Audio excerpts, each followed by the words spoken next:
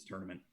But we can switch gears now, and we'll talk about Liverpool and Villarreal first, and then we'll talk about the final a little bit as well, just like an early preview. But I'll let Mitch start and give his take kind of on how Liverpool Villarreal went, because it was a bit of a shocker that turned into a fairly standard result, I would say. Yeah, I spent 45 minutes shitting my pants. Just like honestly, the worst 45 minutes we've played probably this season. If I had to really look back and see a consistent bad half, that was it. First team to put Um, us 2-0 down, I think. yes. Um, just sloppy. It was sloppy passing. We weren't looking up for it. We weren't playing our game, and Villarreal was getting the best of us for sure. Um, but Jurgen calmed the boys down at the half, made a very important substitution, bringing on Luis Diaz, who unequivocally, or unmatched in the votes, won man of the match in my opinion. Um, just came on, made an instant impact, and brought life back into the side. Um, and all in all, it did end up being a pretty clinical, traditional Liverpool win. Yeah, it was class. I thought Keita, I bitched about him in the first half. I mean, he gave that Yes. pass, that dead away pass that resulted in that Allison sort of penalty shout. Yep. Keita was superb in the second half, though. He really changed it around. I thought, again, like you said, Luis Diaz just came in and absolutely changed that game with he just runs around the field and causes havoc no matter where he is. I'm trying to think of any other points to touch on. Really, I thought Mane was great again. Trent was I've he had like one really solid crossfield ball to Diaz right at the start of the second half. Yep. Um, but aside from that, kind of non-existent in my opinion. It felt like defensively, especially leading up to what games we have lie ahead, he needs to kind of lock it down a little bit. Mm-hmm. Um, Yeah, for but sure. I mean, with the final coming up too, like he is going to be head to head with Vinicius Jr., who gave him trouble last year, and he knows that. yeah, And they need to come up with a plan to how they're going to support him, or however Jurgen kind of sees it going down. And Robbo the same way, because Robbo had trouble on the left against Villarreal as well. he was You want kind to of he was shout caught out? out a lot. Yeah, exactly. Shout out to the Villarreal fans and players for giving it a go and showing up. I thought they were class on the day. I know that I saw only good things about their fans after the match. Like really good, got on really good with the Liverpool fans. It seemed like proper Good European banter. tie. Yep. Yeah, exactly. Yeah. Very straightforward at the end of the day. And the only other point here is that the goalie, don't know his first name, but really. My brother, Really is check his awful. Bet365 account right fucking now. Stop it. No, he did. He had the Henderson goal, the first goal, the tie. That was probably bad goalkeeping, and then the last three goals unequivocally were also bad goalkeeping. Just wickets, dude. Liquidate City Football Group. Why did we ever have him anywhere in our club system? Liquidate. He Liquidate. he did catch a couple of balls. Yeah, that was big. He didn't punch everything. Yeah, that Didn't was bode well unreal. for him in the end, but My only thing I wanted to just mention about this game, and Mitch kind of touched on it too, but I thought the introduction of Luis Diaz changed the whole game. I think he's been a really, really good signing for you guys, and I think him coming on and being just like such a positive force, running at their backs, made them think a little bit more, gave Trent an active outlet that was going to be running in behind often, like Mitch touched on with the good ball over the top to him in the second half. I think the energy that he brings to your front line can't be overstated. Like how good I think he is as a player, and how much I think he changed that game. and I guess one extra piece I do want to add is in addition to that, moving Mane to the 9 was the best thing to help cycle everything in after the half. Like Mane has been arguably our best player this year, not statistic wise, but he's been asked to fill the 9 role now, and he's done it brilliantly. He has opened up play. He is causing havoc, and it's allowing Luis Diaz to run around. We're still getting our goals. We're still having production, and we're still getting results, even though like Mo might be in a little bit of a slow spell. So just the forward depth that we have right now is something that feels so good to have. What's it like having clinical forwards? It's it's it's very confidence inducing. Mitch, Let let me me tell ask you you. this question: after that Yes. game, or did that game shape your starting 11 for the final?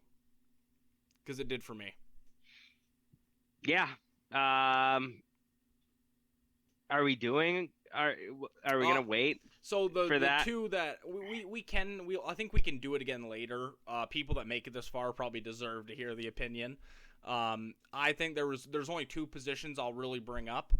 While Kaito was great in the second half, he still has not showed consistent form. And he still has moments of just his brain. There's just monkeys clapping. Symbols. Symbols. Yeah, that famous GIF. He just like completely blanks and gives the ball away.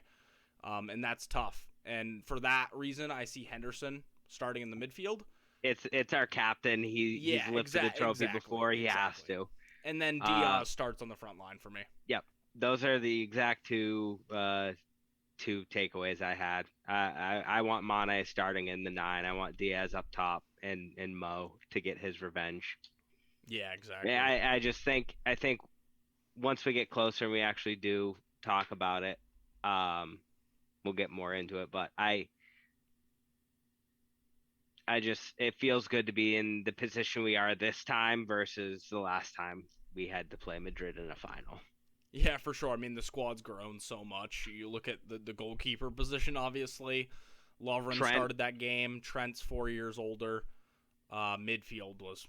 Who did we start in that midfield? Wijnaldum, Chan, and Hendo. Yeah, Wijnaldum, Chan, Hendo. Which is just... talk about an improvement in the midfield, man. And then in front 3, you could argue it's gotten better. And Salah's going to play the whole 90, so... Like Pat said, it's a European royalty draw. Everyone wants to see it. Last time Real Madrid lost a UCL final was in 1981 against Liverpool in Paris. So same settings. You have the Ancelotti kind of rivalry with Klopp. Obviously, he coached at Everton the past couple years and then went to Madrid, so that's kind of interesting. And then obviously the big storyline is just revenge for Mo. Going down in the 30th minute because of Ramos's dirty challenge, and he obviously wants to get back at Madrid, and he's made that clear not only last night but tonight as well at the Football Writers Awards with a little clip of him kind of backing up his statement.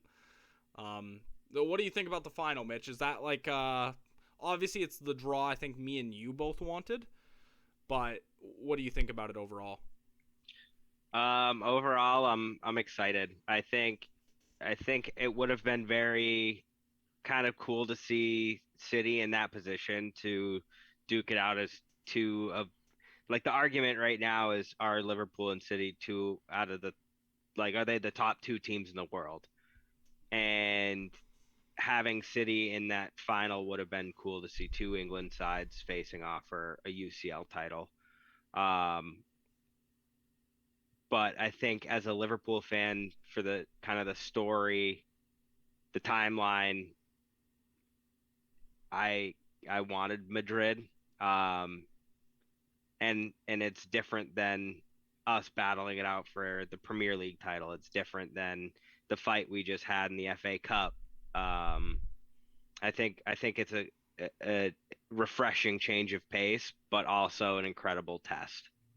Yeah, exactly. And it does take a little bit of the nervousness out of the tie for me, having to play Madrid instead of City.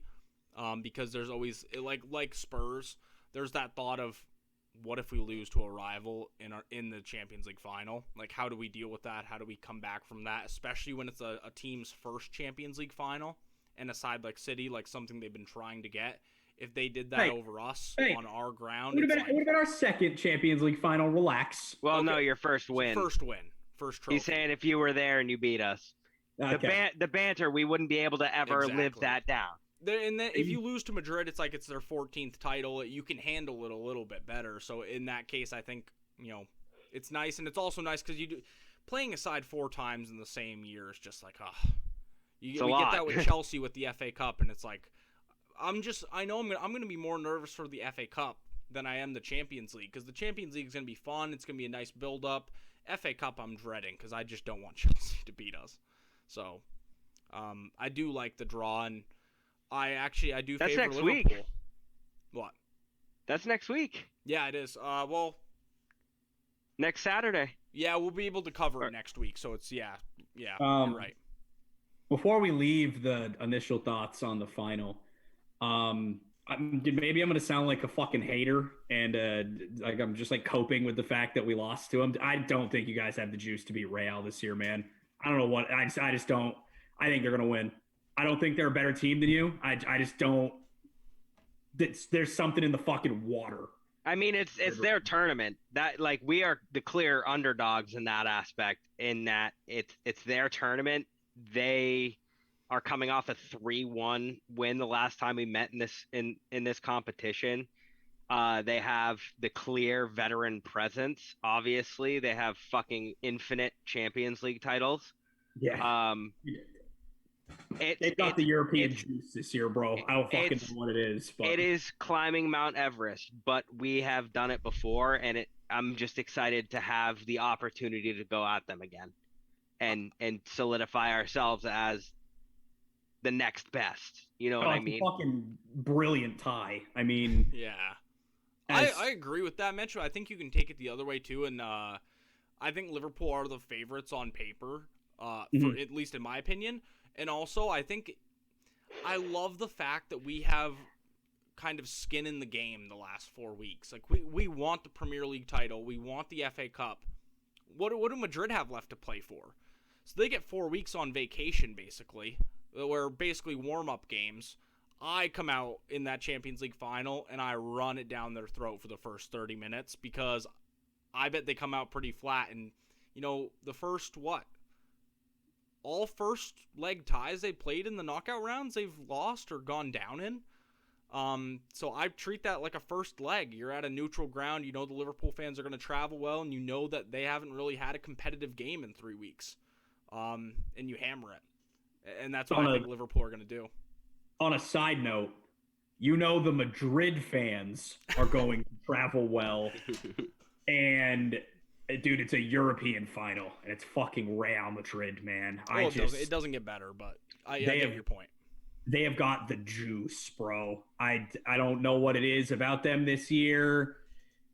It's insane. And dude, this fucking I'm doing this. I don't fucking get it. I will say it's nice that we have it's not like it's like Liverpool of old where our first time against Real Madrid, it was a lot of these players' first time in the Champions League final. Now it's some of their third, some their second, and you have new players like Thiago who have been there before for other teams as well.